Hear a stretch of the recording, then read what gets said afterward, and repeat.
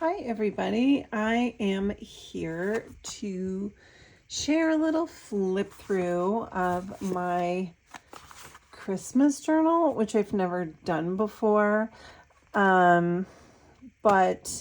after doing this project from earlier in the year for Halloween, which I've never done before, I just thought I liked the routine of having this little journal to just kind of like warm up in and play in every day for just like 5 or 10 minutes, and just, like no rules kind of journaling, because it's really kind of like a junk journal style. And I hadn't done that in a while. And I had just come out with some Christmas stamps, very similar to my Halloween journal. I had just come out with Halloween stamps. And so I wanted to find a place to use them a lot. I did a whole little holiday Christmassy kind of wintry themed set with Arfomies, which are no longer available. So, but anyway, so I wanted a place to kind of play with them. So I made another one of these journals. It's the same style as my Jaya journals, which is a class called Journal into Your Art. And I just had so much fun kind of putting the pages together. So very similar to my Halloween journal, where each spread is a day. Like this is day 2.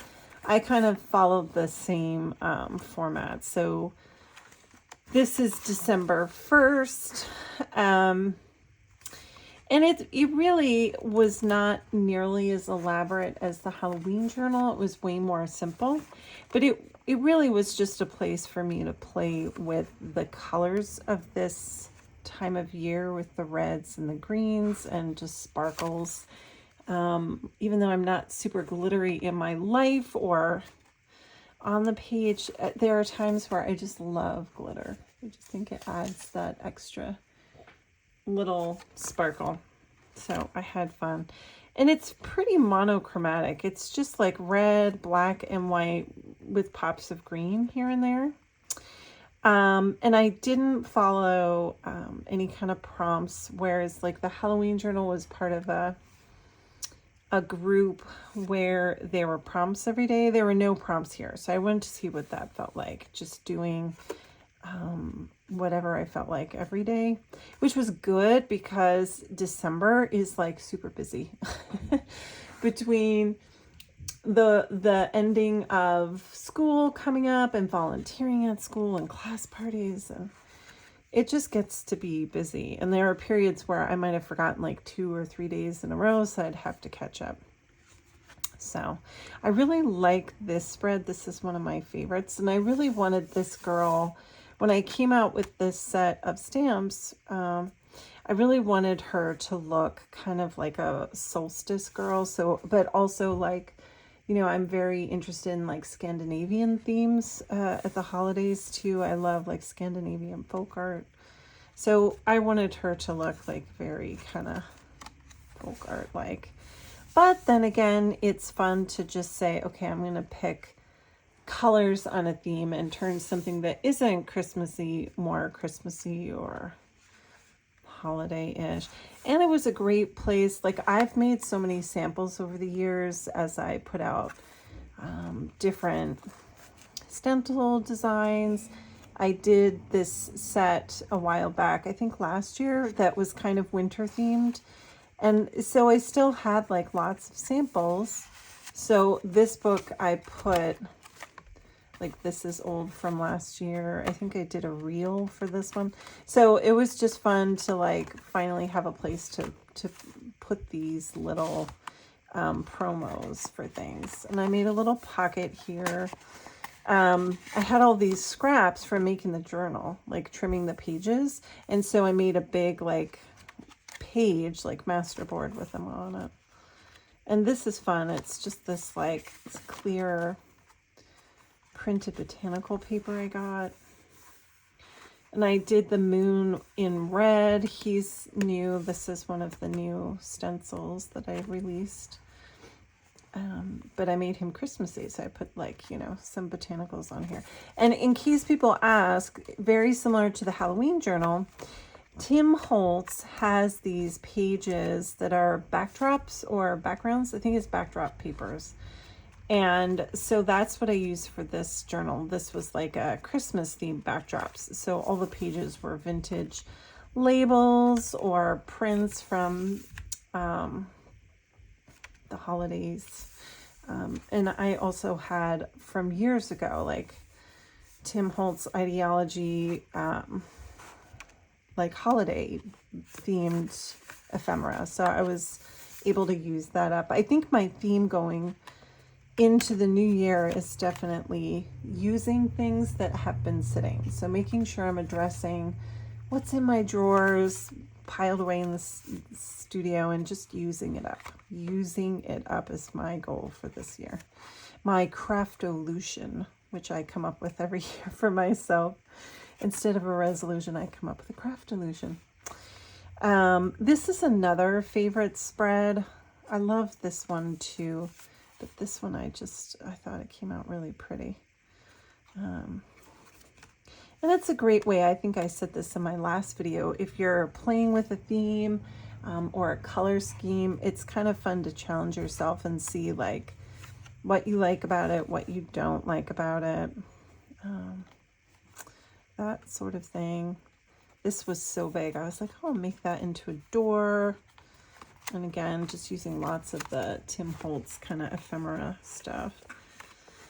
And I love these new mushrooms. I have this new mushroom stencil. I think it's called Enchanted Forest. It's part of the Enchanted Forest set. And it has these mushrooms, the kinds that grow out of trees. Sometimes it's called shelf mushrooms. I love playing with these. I'm putting them on everything. And then, yeah, I just love them.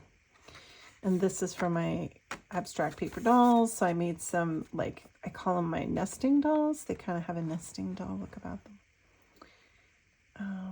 And then I decided to incorporate like some magazine photos that I thought were so pretty. Like I love anything kind of vintage and unusual. So I had some like Better Homes and Garden magazines. So I trimmed some of that out. This is from a catalog. Just like mixing it up with no rules. This is probably from a magazine. I'm just mixing it up. And I had so much of this stuff left over from years of making, you know, different botanical samples. So I put that in there too. More pine trees. I loved these ideology pages have like a lot of people. I just loved this page. I didn't want to mess with it. It was so cool. And you can see like a lot of these spreads, like this kind of stuff is pre-made. It's all about just like throwing some things and gluing it down. It's not, you know, it's almost like a warm-up journal. I'm just playing to get my feet wet, you know, just gluing some stuff down. It's not really exciting or anything like that. It's just fun. And it's a kind of momentous way of like putting stuff that's been sitting around. This I cut up. This was from like this big picture that I had that was like lying on the floor of my closet. And I cut it up and added it in here. I thought that looked nice. I love this little girl. I wish there was just a package of just her because I use her in everything. I love her. I love this little mug. So cool. One of my favorite artists actually is Natalie Letty, and she does a lot. This may actually be a Natalie Letty. I'm obsessed with her. And for Christmas, one of my kids got me, I had, like, she designs for Anthropology. She designs she works with different toy companies, clothing. She's everywhere. Like, I just love her. But these little lotions with her animals on them, I love her style. I just love her. So anyway, that's what that reminded me of. If you know Natalie Letty, that looks like something she would like. And December 24th, Christmas Eve. And December 25th, I did this one today. Actually, yeah, the glitter's dry. I still have some pages in here, so I might actually try and just go all the way through to the end for December, and maybe even throw some New Year's stuff in here just for fun. I was trying to get my little kids who are artsy, like, hey, if you guys have some art, we could put some Christmas art in here.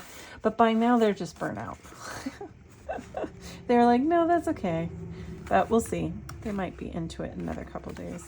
But then I'll have this little journal to look through next year, and either I can decide to make a new one, or I'll just, this is just the year that I did Halloween and a Christmas themed journal, and, you know, see if I liked it, which I did. I think now that I go back, normally I am not a prompt person. Like, I prefer not to do prompts.